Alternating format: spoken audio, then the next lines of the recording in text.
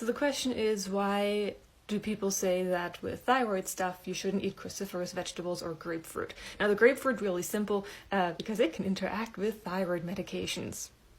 Not actually affecting your thyroid negatively, but the medications. Interesting.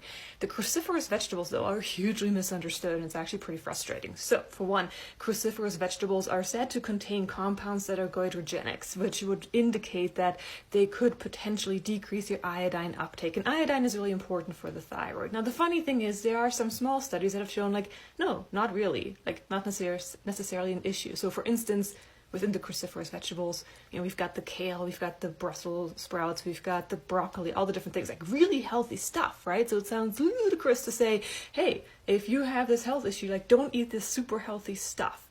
Well, part of it is there's going to be variation amongst different people, right? So for one, I'm always talking about what is considered healthy may not be healthy for everybody, just physiologically speaking. So that's something to keep in mind, right? Just because something is said to be healthy does not necessarily mean it is for you. But back to that goitrogenic concept. When they did a study with Brussels sprouts, for instance, they cooked them and found, oh wow, there was no negative effect on iodine uptake or anything of the sort with the thyroids and the hormones being produced.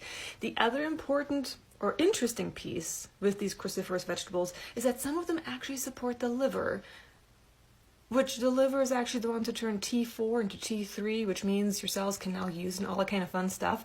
So something that is going to support your liver, especially in that hormone piece, is going to be really important.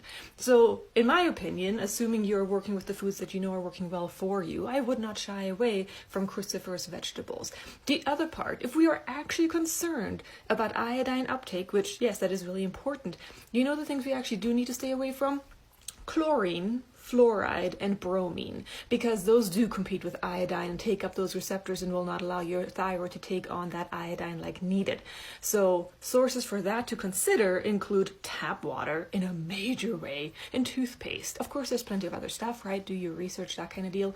But yeah, I'm not worried about the cruciferous vegetables. If you like them and you prepare them in a way that you like them, not eating them raw, like constantly, I'm not worried about cruciferous vegetables. Tap water, though, yeah. Major concerns with tap water. Fluoride is super toxic. Chlorine is really bad for us, and bromine isn't going to be helpful either.